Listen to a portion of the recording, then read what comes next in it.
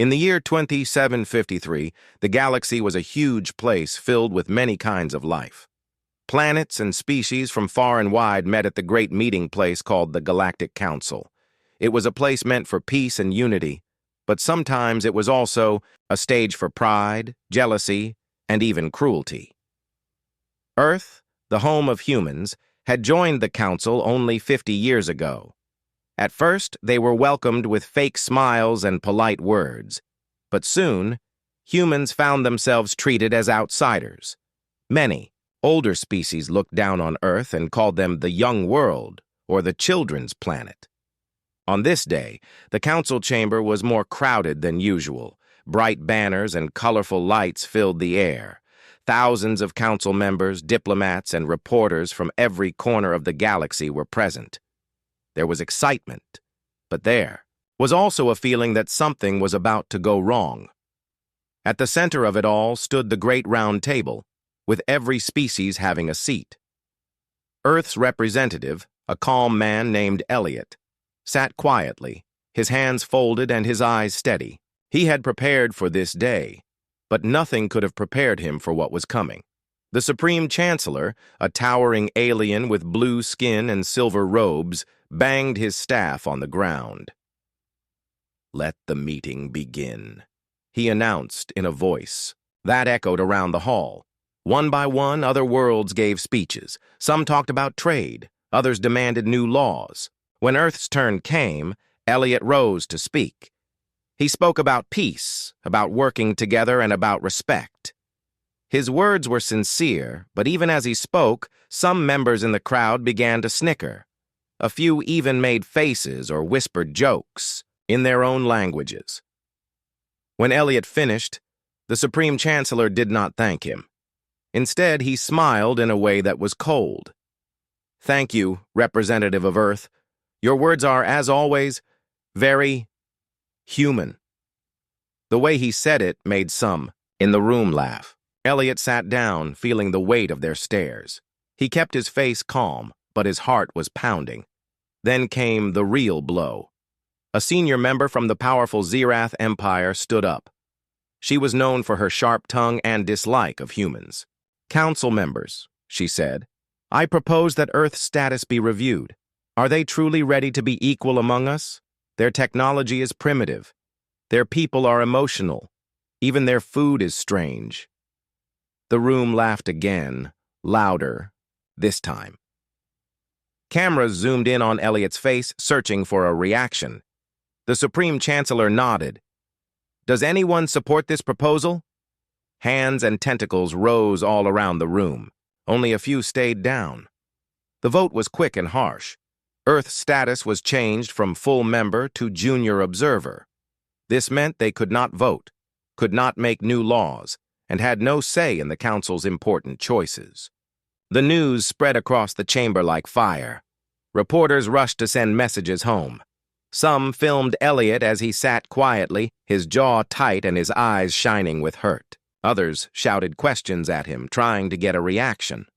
In that moment, all the old feelings of pride and hope inside Elliot seemed to break. For years, Earth had worked hard to be accepted. Humans had sent their best scientists, built starships, and even helped other worlds with medicine and food. But none of it mattered now. The humiliation was not just political, it was personal. For the first time, Elliot felt truly alone. Back on Earth, people watched the council meeting on screens. Families gathered in living rooms. Soldiers watched from bases. Students watched in schools. When the vote happened, there was silence. Then, slowly, people began to talk. Some were angry. Some were sad. Others were simply embarrassed. "How can they treat us like this?" an old woman whispered to her son. "Are we really so different?" a boy asked his father. "Why don't we just leave the council?" a teacher wondered aloud. But not everyone was defeated. Among Earth's military leaders and scientists, a new feeling began to grow, one of determination. General Morgan, who led Earth's space defense, watched the humiliation unfold with a cold, thoughtful stare. He called a meeting with his closest advisors. "They think we are weak," he said. They think we have no spirit. But maybe this is what we needed. A reminder that respect is not given. It is earned. Secret meetings began to happen all over the planet. Some took place in underground bunkers, others in small rooms with closed doors. Old enemies in Earth's own governments put aside their fights and began to talk as one. "If we stand alone, we must stand strong," said one leader. "We need new ideas, new strength, and new friends, even if they are not human." As days passed, news from the Council spread to every corner of the galaxy. On other worlds, people laughed at Earth's shame. On some planets, though, a few felt sorry for humans. They remembered times when their own worlds were weak and bullied. A tiny number of alien ambassadors sent secret messages to Earth, offering quiet words of support. "Not everyone in the galaxy is your enemy," one wrote, "but be careful whom you trust." In the weeks that followed, Elliot was recalled to Earth. He stepped out of the council chamber for the last time, his head held high. The Supreme Chancellor watched him go with a smirk. The cameras caught every moment, every look. "Let this be a lesson to all young worlds," the Chancellor said to the reporters. "The Council is for the strong, not for dreamers." Elliot returned home to a hero's welcome, but he felt anything but heroic. At the airport, people cheered and waved flags, but he could not forget the laughter and the cruel votes. When he stood on the steps to speak to the crowd, his voice was soft. "They tried to shame us," he said, "but they have only reminded us who we are. We are human. We learn, we grow, and we stand together." The crowd cheered louder. In that moment, something changed. The people of Earth, from the oldest to the youngest, felt a new sense of unity. Their pride had been hurt, but their spirit was not broken. In homes and schools, in offices and ships, humans began to talk about the future. Some wanted to forget the Council, but others dreamed of proving the whole galaxy wrong. Late that night, Elliot sat in his small apartment, staring at the city lights.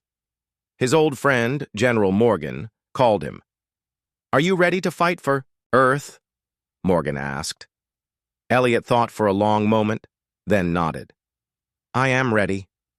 I think the whole world is ready." And so, in the shadows of humiliation, something powerful began to grow. A promise that Earth would not accept defeat. Humans would work together no matter the cost. The galaxy had tried to break them, but instead, it had made them stronger. After the humiliation at the Galactic Council, Earth became quieter than ever. The laughter and cruel words from the Council replayed again and again on every screen. At first, it seemed like the whole world was filled with sadness and shame. But deep under this sadness, something much stronger began to grow. A feeling that Earth needed to stand up for itself, no matter what it took. In the days that followed, General Morgan moved quickly. He was a man who liked action more than speeches. He called together his most trusted officers, scientists, engineers, and even some people who had never followed the rules before. Their first meeting was held at night in an old military bunker. The room was cold and plain, but everyone there understood the importance of what they were doing. General Morgan stood at the front, his eyes sharp. "The Council thinks we are weak," he began, "but they do not know what humans can do when we work together." He looked at each person in the room, making sure they understood. "From today, we must think differently. We must use every bit of knowledge, every skill, and every connection we have. We are not just defending our pride, we are defending our future." The room was silent for a moment, then people began to speak up. Dr. Leah Kim, a young scientist, said, "I have been working on new shield technology. If we can get more resources, I believe we can finish it soon." Colonel Rivera, an expert in tactics, suggested, "Let's train our pilots and soldiers in new ways the Council would never expect." A quiet man in the back, known only as Parker, added, "I have contacts with some aliens who don't like the Council much. Maybe they can help us." Soon, these secret meetings became regular. Small groups worked in hidden places, underground labs, secret bases, even abandoned factories. They talked to people all over Earth and gathered the best ideas. Scientists worked day and night, trying to find new ways to protect Earth. Engineers built new machines and weapons that were better than anything humans had ever made before. Military teams trained in the forests, deserts, and even in space, practicing new moves and tricks. As Earth prepared in secret, Elliot was not idle either. Even though he was no longer the representative at the council, he had become a symbol for human unity. He traveled from city to city, talking to people, listening to their worries, and giving them hope. "We will not let this be the end," he would say. "Together we will make them see what Earth can do." On the other side of the galaxy, not everyone was happy with the council's decision. On some worlds, especially those who had once been weak or bullied, people whispered about how unfairly Earth had been treated. In dark corners of space stations and back rooms of alien markets, a few brave aliens reached out to their human friends. One night, Parker received a secret message on a secure line. The message was simple. "Meet me at the Red Nebula. I have information," Parker told General Morgan at once. After careful planning, Parker and a small team left Earth in a quiet ship. They made their way to the Red Nebula, a place where many different kinds of ships came and went, and where rules were loose. There, in the shadows, Parker met with an alien named Lyra. She belonged to the Talari, a race known for their skill in trade and gathering secrets. Lyra gave Parker a small data crystal. "The Council's pride blinds them," she said quietly. "Here are secret star maps and reports on their fleets. But be careful, many eyes are watching." Parker thanked her, promising to pay the favor back one day. Back on Earth, the information from Lyra was priceless. The star maps showed secret travel lanes and weaknesses in Council patrols. Engineers quickly updated Earth's ships with this new knowledge, making it possible to move without being seen.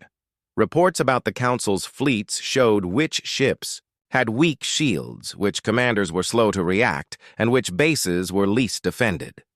Humans did not just build new weapons, they built new friendships. A few other alien races, tired of the Council's arrogance, offered small bits of help. Rare materials, advice about Council politics, even stories of old battles and lost victories. Earth welcomed these secret gifts, but always with caution. General Morgan reminded everyone, "Trust is earned slowly, and we cannot afford mistakes." In the meantime, life on Earth changed. Factories that once built simple machines now produced new starship parts and advanced armor. Young people volunteered to train as pilots and soldiers, proud to be part of Earth's future. Artists painted walls with images of unity and courage. Teachers told their students stories about Earth's long history of survival, from ancient wars to space exploration.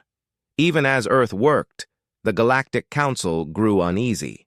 At first, they paid no attention to Earth.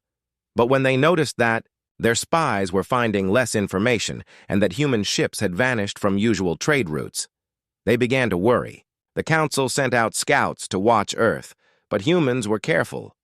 Only what they wanted to be seen was ever shown. On the Council's main world, some leaders whispered to each other, "Should we have pushed Earth so hard? What if they are planning something?" But the Supreme Chancellor only laughed. "Let them try," he said. "They are children playing at war." He did not know that Earth's children were building something the Council had never seen before. One day, in a hidden base deep under the mountains, Dr. Leah Kim and her team tested the new shield technology. Everyone watched as a powerful energy beam was fired at a small drone. Instead of being destroyed, the drone's shield glowed and held strong. The room erupted in cheers. "This will change everything," Leah said, smiling for the first time in weeks. Meanwhile, Colonel Rivera's training program was also showing results. His soldiers moved quickly and quietly, using tricks learned from history and from new alien friends. They learned how to fight in space, on strange planets, and even in zero gravity. Some called them the Shadows. They could appear anywhere and then disappear without a trace. As weeks turned to months, Earth's secret preparations grew. Ships were upgraded, weapons tested, and plans made for every kind of battle. People from every nation worked side by side, their differences forgotten for now. Unity was Earth's greatest weapon. Elliot met with General Morgan and the Council of Earth's leaders. "Soon we must act," Elliot said. "If we wait too long, the Council will grow stronger. But if we strike too soon, we may not be ready." Morgan nodded. "We need a sign, a reason the galaxy will understand. If we strike for pride alone, we look just as bad as the Council. But if we strike to defend ourselves and other weak worlds, we become something better." The leaders agreed. Their first target must be important enough to shock the Council, but also fair. No civilians, no pointless destruction. Only a clear message: Earth would not be bullied. As plans were made, small teams of humans traveled to other worlds in disguise. They talked to those who disliked the Council's rule. Some brought back more secret information, others returned with stories of hope. Everywhere they went, they heard the same thing: if Earth stands up, maybe others will too. Soon, the pieces were in place. General Morgan gave the final speech to his people. He stood in front of soldiers, scientists, workers, and leaders from every walk of life. "Tonight, we are not just defending Earth," he said. "We are defending the right to be respected. We fight not to destroy, but to prove our worth. Let the galaxy see that humans do not give up. Let them see what happens when we stand together." The crowd cheered. As the sun set over Earth, ships began to rise from hidden hangars. Engines hummed, shields powered up, and weapons were checked for the last time. Each pilot, each soldier, knew they were part of something bigger than themselves. Earth was ready. In the darkness of space, human ships vanished from sight, traveling secret lanes shown by Lyra's maps. Behind them, a whole world watched and waited, holding its breath. The Council still laughed, but some were starting to wonder if maybe, just maybe, they had made a mistake. The months after Earth's quiet preparations passed quickly. While the galaxy laughed and the Council felt safe, Earth's secret armies grew strong. The first strike was planned with care and patience. The goal was not destruction, but a message, a signal that humans could not be bullied. General Morgan stood on the command deck of Earth's newest flagship, watching the stars on the screen. Beside him were Colonel Rivera, Dr. Leah Kim, and a handful of trusted officers. Everyone wore serious faces. The Council base they had chosen was not a place for civilians. It was a supply station, important for Council fleets, guarded by only a few ships. It was also a symbol, a place the Council never expected to be attacked. The fleet moved in silence, hidden by shields and special tricks learned from alien friends. Ships darted through secret lanes, moving faster and quieter than ever before. The new shields made human ships nearly invisible. When the base first noticed them, it was already too late. "Ready to begin," Colonel Rivera said quietly. "Let's show them who we are," Morgan replied. The attack started with a wave of bright lights, just enough to distract the Council's guards. Then, human fighters zipped in and disabled the defense towers with new weapons. A team of shadows, the special soldiers, landed at the base's command center. They moved quickly, taking out alarms and blocking all outgoing messages. Inside the base, Council soldiers were shocked. No one had expected humans to attack, especially not with such skill. Orders came late, and confusion spread fast. A few tried to fight back, but the shadows used clever tactics. They never stayed in one place, always moving, always one step ahead. Within hours, the whole base was under human control. No lives were lost, and no damage was done to living quarters. Instead, the humans locked the main council officers in a room and opened a secure communication channel to the galaxy. The face of General Morgan appeared on every screen in the council's main worlds. Behind him stood Elliot and soldiers from every part of Earth. Morgan's voice was calm and clear. "We did not come here to destroy," he said. "We came to show that Earth will not be treated like a joke. We demand respect for our people and for all worlds that have been pushed down. We want fair treatment, fair laws, and an equal voice in the galaxy." The message echoed across star systems. Some worlds were shocked, others were quietly cheering. On Earth, people watched with tears in their eyes, feeling pride return to their hearts. The Council's response was fast and full of anger. The Supreme Chancellor called for an emergency meeting. "Earth has attacked us!" he roared. "They must be punished for this insult!" Many council members shouted in agreement, but a few were silent, remembering how Earth had been humiliated. Not long ago, the council sent a fleet to retake the base, believing humans could not hold it for long. But when their ships arrived, the base was empty. The humans were gone, leaving only a message on every wall. Earth will not be silenced. While the council was busy, the human fleet returned home. They moved so quickly that the council's spies lost track of them. On board, Morgan and his officers celebrated their first victory. But no one was arrogant. They knew this was just the beginning. On Earth, the news spread like fire. Crowds filled the streets, waving flags and singing songs of hope. People who once felt ashamed now stood tall. Elliot visited schools, shaking hands with children and promising a brighter future. General Morgan met with other leaders, planning for the next steps. In hidden places all over the galaxy, other worlds paid attention. The weak, the poor, and the ones who had been ignored by the council now saw a reason to hope. A quiet message began to spread. If Earth can stand up, maybe we can too. Back at the Galactic Council, the leaders argued day and night. Some wanted to attack Earth at once. Others whispered that maybe the council had been too harsh. The Supreme Chancellor ignored these doubts. He ordered the largest fleet in council history to prepare for war.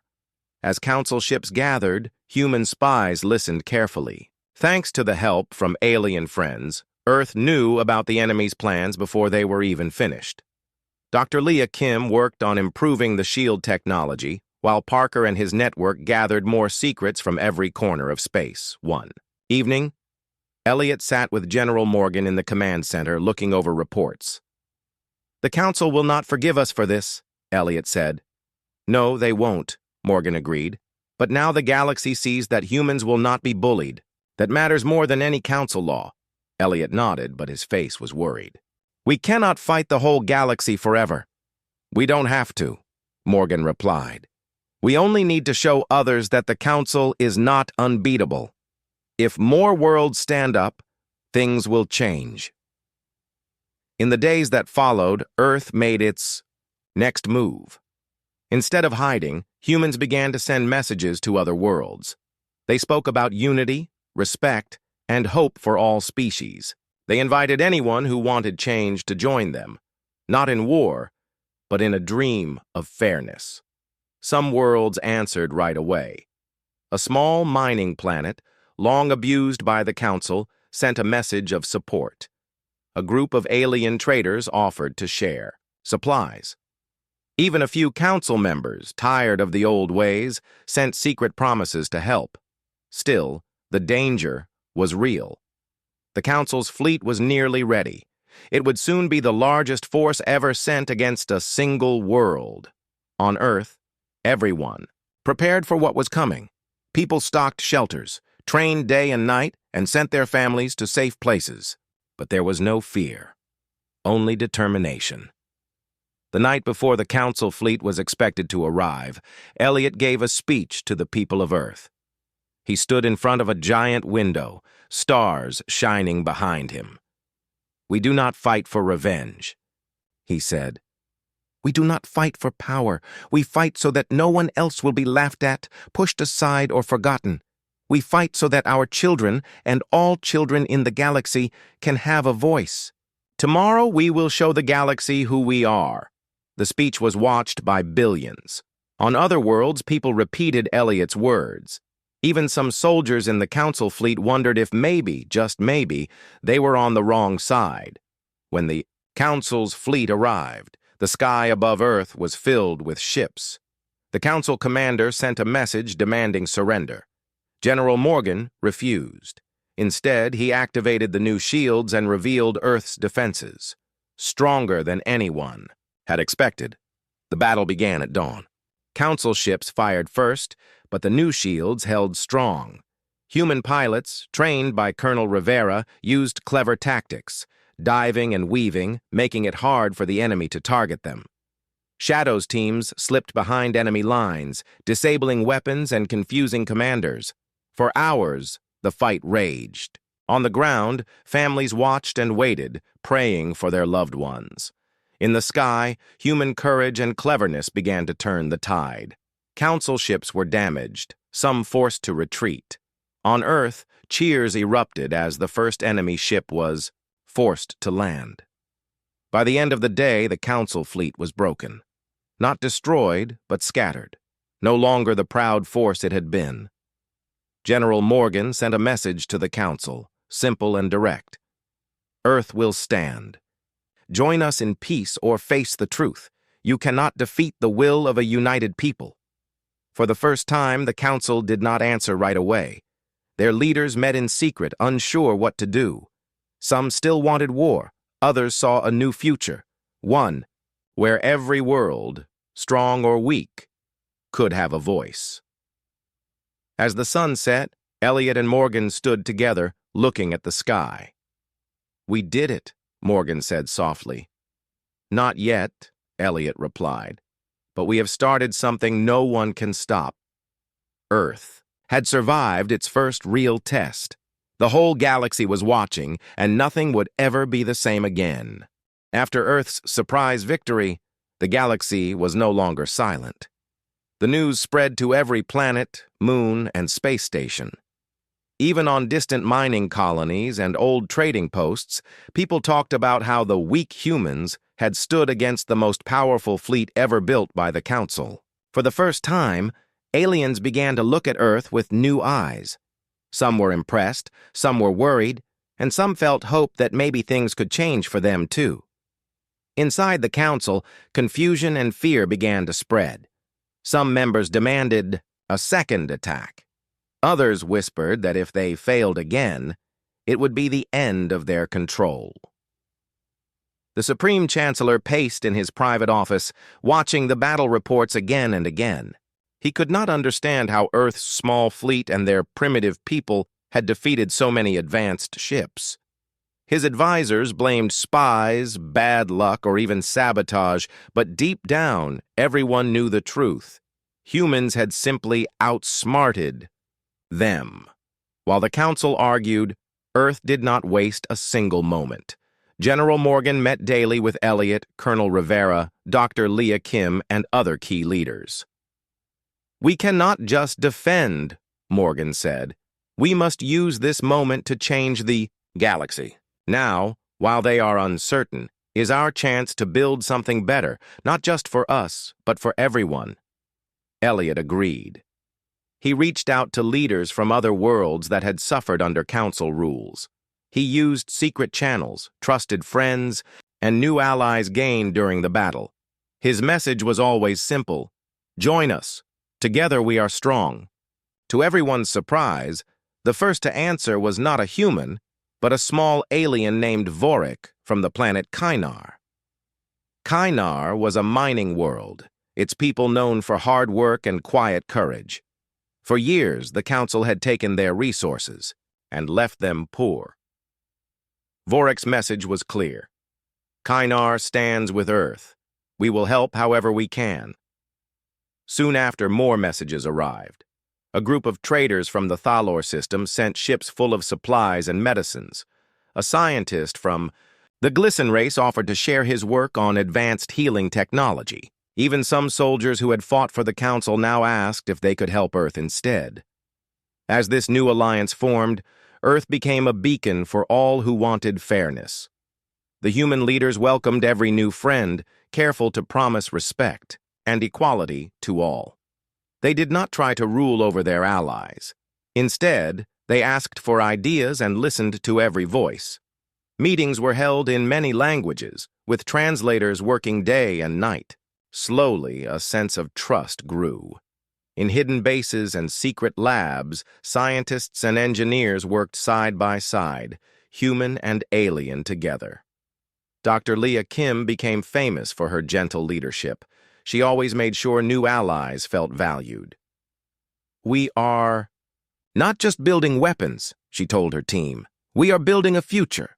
Together, they improved Earth's technology. Shields became stronger, engines faster, and new devices were invented to help all worlds, not just humans. The Kynar miners taught humans how to find rare minerals deep within asteroids. Thaler traders shared secrets about galactic travel. Even small things like food, recipes, and songs began to spread between cultures. General Morgan made sure that their new army was prepared. Colonel Rivera trained soldiers from every world. She used new tactics that combined human creativity with alien skills. Soon, the Shadow's special forces were not just humans, but included Kynar scouts, Thalor pilots, and Glisten medics.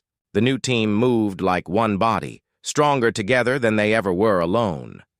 Meanwhile, the Galactic Council watched all of this with growing fear. Spies sent reports about new alliances forming and strange ships moving in secret. The Council leaders began to argue more fiercely. Some called for peace, while others demanded a final, crushing attack on Earth and its allies. One day, the Supreme Chancellor received a message that changed everything. It was from an old friend, a respected council member named Zelrin. "We must talk," the message said. "The galaxy is changing and we cannot stop it by force." The Chancellor was furious. "If we do not crush Earth, we will lose everything," he shouted. But even as he spoke, he saw the worry in his advisor's eyes. For the first time, the Council felt truly alone. While the Council hesitated, Earth and its allies made their next move. They decided to free a planet named Sovan, which had been under Council control for centuries. Sovan was rich in resources, but its people were kept poor and afraid. The Council had built a strong fortress there, guarded by powerful ships. Elliot, General Morgan, and their new friends met in a hidden base to plan the mission. Vorik explained the weaknesses in the fortress. Thaler pilots showed secret paths through the asteroid belt. Glisten scientists shared a way to jam Council communications. Everything was planned carefully. There would be no attack on civilians, only on the fortress itself. The day of the mission arrived. The new fleet, made of human and alien ships, appeared above Sovan. Council ships tried to block them, but the Alliance used clever tricks and teamwork. Thaler pilots slipped past enemy lines, Kynar miners disabled the fortress's power, and Shadow's teams moved in unseen. Inside the fortress, Council soldiers were confused. They had never fought against so many different species working as one. When the shields fell and the doors opened, the Alliance troops marched in. Elliot broadcast a message to the people of Sovan. "You are free. We fight not to conquer, but to help. Join us, and the Council will never rule you again." The news of Sovan's liberation raced across the galaxy. Everywhere, people talked about the new alliance. Some Council members resigned, refusing to fight any longer. A few even joined the alliance in secret, sending more information and support. The Supreme Chancellor called an emergency meeting. He shouted at his advisors, but his anger could not fix the growing problem. The Council was losing power. Not just to human weapons, but to an idea, unity and respect for all. Back on Earth, celebrations began as soon as word of victory arrived. People danced in the streets. Songs were written about Sovan, about new friends, and about a future where no one would be alone. Artists painted huge murals of humans and aliens together, holding hands under the stars. But leaders on Earth knew that the struggle was not over. General Morgan warned, "The Council may be weak, but they are still dangerous. We must stay strong, and we must protect our allies." Elliot agreed. He called for a Council of the Alliance, a meeting of leaders from every world that had joined. Together, they wrote a new agreement. No world would be left behind, and every voice would be heard. If one was attacked, all would defend. In the weeks that followed, more worlds joined the alliance. Some came openly. Others sent secret messages. Everywhere, the Council's old power faded. Some planets even voted to leave the Council, choosing to stand with Earth and its friends instead. The Supreme Chancellor tried one last plan, sending spies to cause trouble within the alliance. But the trust built between the allies was too strong. When problems appeared, humans and aliens solved them together, learning from each other's mistakes. Finally, the Chancellor realized he could not win by force or by lies. He began to speak, quietly with his oldest advisors, searching for a new path. Some said, "Maybe it is time for peace. Maybe it is time to listen." And so, as the galaxy turned, the old order slipped away. Earth, once laughed at, now led a movement for justice and respect. People everywhere looked to the stars and saw a future that was brighter, kinder, and filled with hope. The galaxy seemed to pause as Earth and its alliance grew stronger every day. Even the oldest races who once ruled from high places began to sense the change. For the first time in thousands of years, hope was spreading faster than fear. The dream of a new order, where every world, strong or weak, was respected, began to feel real. The Supreme Chancellor of the Galactic Council watched this new world with a heavy heart. His advisors had grown quiet. The old meetings, once filled with shouting and threats, now felt like shadows of a past that was slipping away. Every report brought more bad news. Another planet leaving the Council, another group joining Earth's alliance, another victory for unity and peace. After the liberation of Sovan, the Chancellor tried one final time to bring the Council together. He called for a grand meeting, inviting every member world to speak. He stood before the assembly in his silver robes, voice echoing across the chamber. "The galaxy needs order," he said, "and only the Council can protect it. Earth's rebellion will lead to chaos." But this time, the voices that answered were different. The representative from Kynar stood tall, speaking with pride. "We served the Council for centuries and were left in poverty. Earth's alliance gave us hope and a voice." The Thaler trader spoke next. "We saw more kindness from humans in a few months than we saw from the Council in our whole history." Leaders from Sovan, Glisten, and even a few old Council members stood to support the alliance. One by one, the Council's allies slipped away, choosing a future of respect instead of fear. The Chancellor tried to argue, but even his own people stopped listening. For the first time, his power meant nothing. On Earth, a new council was born. Leaders from every allied world gathered on Earth's blue and green land for a historic meeting. People from every planet filled the halls. Humans, Kynar, Thalor, Glisten, and more.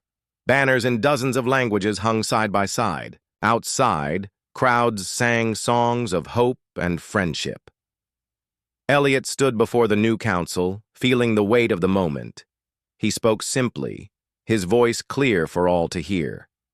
"We are different, but we are united. We do not want to rule the galaxy, only to share it. Let every world have a voice. Let every person be treated with dignity." The room erupted in applause. General Morgan and Colonel Rivera, sitting together among friends and former enemies, smiled.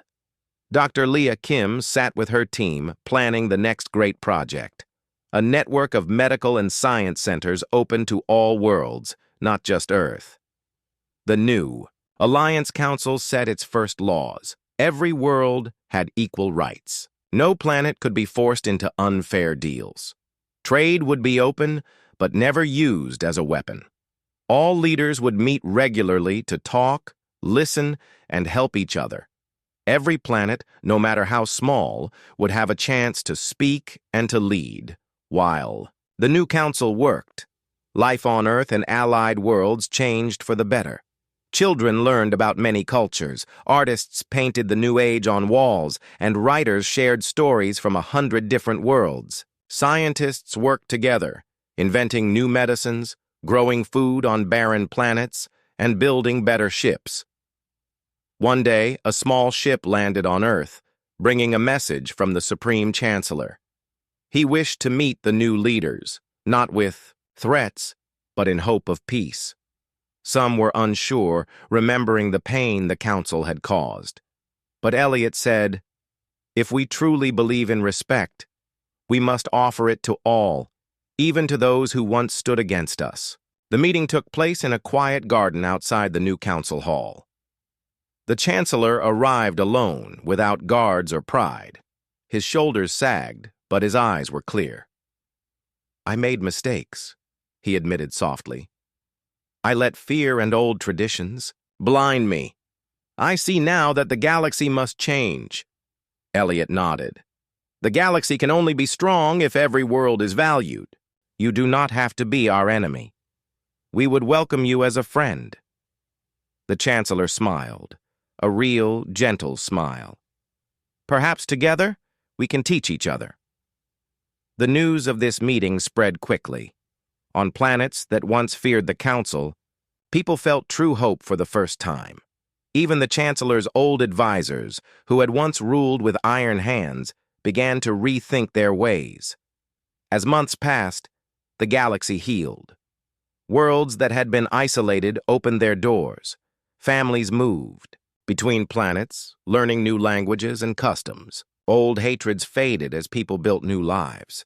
The Alliance Council faced problems, disagreements, mistakes, and even some troublemakers. But now everyone had a voice, and every problem could be solved with words, not war.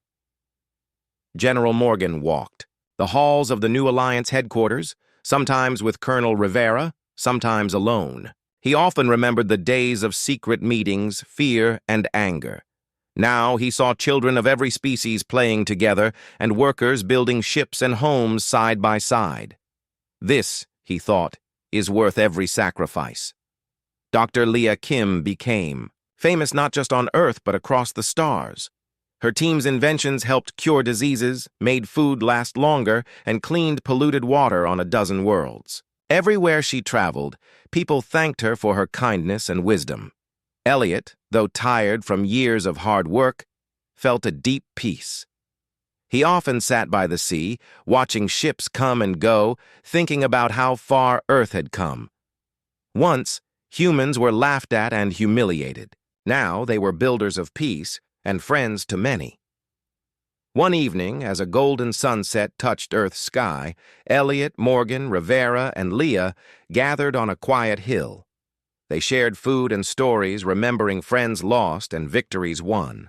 Elliot looked at his friends and said, "We did not win with power alone. We won by believing in something bigger than ourselves." Morgan agreed, "And by never giving up no matter how dark things seemed." Leah added, "And by sharing our gifts with others." Rivera smiled, "By trusting new friends, even when it was hard." They sat in silence, listening to the wind, feeling the weight of the journey behind them and the promise of the future. Across the galaxy, the old stories of war, pride, and humiliation began to fade. New stories grew, stories of hope, teamwork, and respect for all. Artists painted murals of humans and aliens side by side. Teachers told children about the day the galaxy changed forever. In time, Earth and its alliance became the heart of a peaceful galaxy. Not every day was perfect. There were still arguments, mistakes, and challenges. But now, every voice was heard and every problem was faced together. No one, Not even the smallest world was ever alone again.